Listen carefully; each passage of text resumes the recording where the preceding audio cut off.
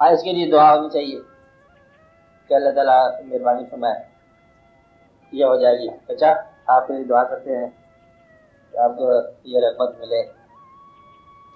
مل جائے گی. یہ سستی ہے اور کوئی بات نہیں ہے. دیکھو ہر عمل یہ اللہ تعالیٰ کو زندگی کے پیدا کرنے والے کو پتہ ہے کہ زندگی انسان کی کہاں آ کے بہتر ہوتی ہے، اس نے پیدا فرمایا. اور پیدا فرمانے والے نے ہی آپ کی آسانی کے لیے، آپ کی باطن شناسی کے لیے ایک دین عطا فرمایا. پیدا بھی اس نے فرمایا، خیر شہر کی رونقیں بھی اس نے لگائی کہ رونقیں ہیں، میلہ ہے، اور آپ کو ایک طرف راستے کی طرف راغب بھی اس نے فرمایا. اور اسی کے بتائے ہوئے راستے سے ہی آپ کے اندر جو ہے وہ نیکی پیدا ہوتی ہے. اس کے علاوہ راستہ نہیں ہے. اللہ بہتر جانتا ہے کہ آپ کے لیے کیا چیز بہتر ہے. سوال کیا ہے آپ کا؟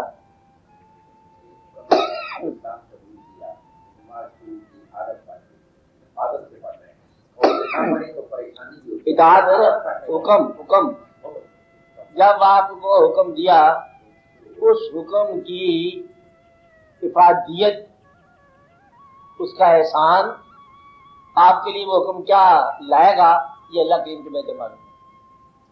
آپ جب حکم مان رہے ہیں تو حکم مانتے مانتے آپ کے اندر عبادت آ گئی، چلو عادت کی عبادت آ گئی کہ یہی ایک چیز عبادت کا ذریعہ. اسی ذریعے میں اگر کہیں آپ کا تعلق باطن کے ساتھ مل گیا تو یہ سال بن گئی. یہ بھی دروازے ہیں حقیقت کے. حواس خمسہ بھی ہیں، افراد، ہر فرد آپ کے لیے خیر شر کا دروازہ ہے. اسی طرح یہ جو عبادت کے ذریعے ہیں ان کے اندر بھی اللہ تعالیٰ کے تقرب کے درجات ہیں. عبادت جب نماز پڑھ رہے ہو تو نماز کچھ نہیں ہے، اللہ کے قریب آنے کے لیے پسندیدہ آپ کی پوز جو ہے وہ عبادت کا ہے. ورنہ آپ ہر وقت اللہ کے قریب ہو سکتے ہیں، لیکن اللہ کے تقرب کی انتہائی حالت جو ہے وہ یہ ہے جب آپ سجدہ کر رہے ہوتے ہیں.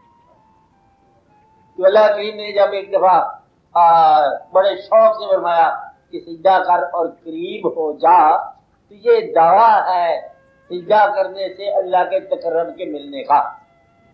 تو آپ کو سجدہ تو آپ کرتے ہیں، تقرب کبھی ملا کبھی نہیں ملا. اگر ایک بار تقرب آپ کا مل گیا تو ساری زندگی مقربین کی زندگی ہو گئی. تقرب سے ایک لمحے کا ہوتا ہے، یعنی کہ ایک لمحہ، جس طرح ایک لمحے کا آنچ ہو جاتا ہے ہمیشہ کے لیے بدن جھلس جاتا ہے. ایک لمحے کی آنچ تھی، ایک لمحے کی چکا چوند روشنی جو ہے وہ آپ کی بینائی آگے پیچھے ہو گئی. ایک لمحے کا غم ساری زندگی غمگین کر گیا. ایک لمحے کی مسرت آپ کو ہمیشہ کے لیے خوش کر گئی، اور ایک لمحے کا کسی خوبصورت چہرے کا دیدار زندگی میں بہار کر گیا. ہو سکتا ہے نا ایسی باتیں کچھ شاعرانہ تو نہیں ہے کہ اچانک ایسے واقعات ہو سکتے ہیں. اسی طرح کبھی ایک سجدہ آپ کا اگر ایک بھی مقبول ہو گیا تو ساری زندگی مقبول ہو گئی. اور اگر آپ کا ایک عمل ناراضگی کا عمل بن گیا تو پھر زندگی ساری گمراہ ہو. میں یہ کہہ رہا ہوں کہ اللہ نے جب یہ فرما دیا کہ ہم نے جب کہا وَإِذْ لِلْمَلَائِكَةِ اسْجُدُوا لِآدَمَ فَسَجَدُوا إِلَّا إِبْلِيسَ، بظاہر بڑی معمولی بات. ہم نے کہا فرشتوں سے کہ اس کو سجدہ کرو، سب نے کیا، اللہ ابلیس نے کیا، ابا واستکبر وکان من الکافرین، وہ کافروں میں سے تھا. آپ نے بات سمجھ لیجیے، کسی کفر کیا ہم نے اسے نکال دیا. اب یہ دیکھو جب آپ یہ سمجھ رہے ہو تو اللہ اپنی کمزوری بیان کر رہا ہے، یہ آپ نے انتہائی مطلب ہے بے نیازی بیان کر رہا ہے. کروڑوں سال کی عبادت نہیں مانا تو اٹھا تمہارا. آپ بات سمجھ رہے ہیں؟ مقصد یہ ہے کہ آپ انسان ہیں، یہ کر رہے ہیں کہ ایک کا انکار جو ہے اس کی کروڑوں سال کی عبادت رائے گاہ کر سکتا ہے.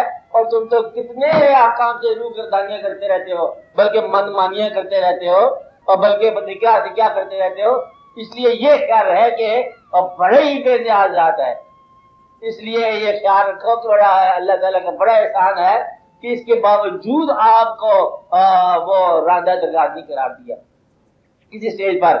آپ کو اللہ تعالیٰ نے احوال بتا دیے، راستے بتا دیے اپنے تقرب کے، اور اپنے مقرب سب سے بڑا جو مقرب ہے اپنا اللہ اپنے حبیب صلی اللہ علیہ وسلم کے آپ نے امت سے پیدا کیا، شکر ہی شکر کرو، یہ تو ہاتھ دو درانے دو اور آپ کا رونق لگاؤ، بلکہ تھوڑی سی قوالی بھی سن لو، نہیں بات سمجھ آئی تھی خوشی میں کہ بھائی تیری مہربانی ہے میں اور سنیا میرا شو نگری بھی آیا، یہ قوالی بھی ہو جائے کوئی حرج کی بات نہیں، اب ایسے میرے اس خوشی میں، لیکن یہ دیکھو قوالی میں سنتے رہنا ساری عمر، بس عمل بھی ہے۔